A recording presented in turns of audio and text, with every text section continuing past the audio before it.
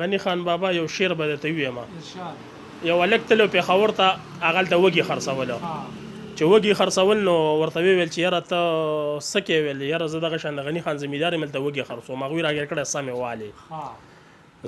ځکه دې وخو چې ته موږ له غني بابا شعر راوړي که د غني بابا شعر دې را نه وړو بیا به دې دلته تړو نو چې غني بابا لرلی ناجوړ چې کمرې ته ورغلی نو تپوس یې کړی دی ویل چې څنګه لکه رالی ویل چې یاره غني بابا دغه شان چل دی ورته ویل زه ویل شعر لیکمه خو هغه تعلیم نه و بس غني خان ول شعر لیکلی دی چې بار یې کتلی چې لکه دې کې راته کنځل منځل لیکلی که نه سم شعر یې لیکلی دی نو هغه ورته ویل یاره ویل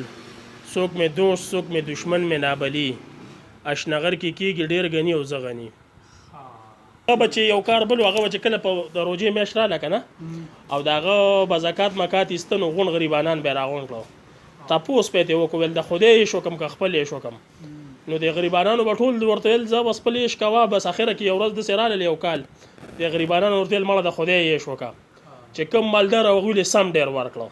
او کوم چې برابره ګزاره کېدل هغوی یې هغه نور ورکړو غریبانان ټول وشړل نو تپوس یې ته وکړو ویل تا دا خدای داسې عشق کوي ویل زه یې غني پیدا کړی یم بلې ولی پیدا کړی دی بلې ملنګ پیدا کړی بلې فقیر پیدا کړی بل کچکول اخیستی روان دی ویل دا د خدای یې شو داسې روزه ولګوه ویل موږ زه به داسې روزه ولګوم خو دا سپومۍ به راته ګډوئ تبلیغیانو یو خوا بل خوا کتل چې خدای پاکه زه دې ته به سپومۍ ګډوم بس هغه ورته ویل زه راځه ویل چې زه ته ګډه کړم ما به پرېږدی ویل لاو بس د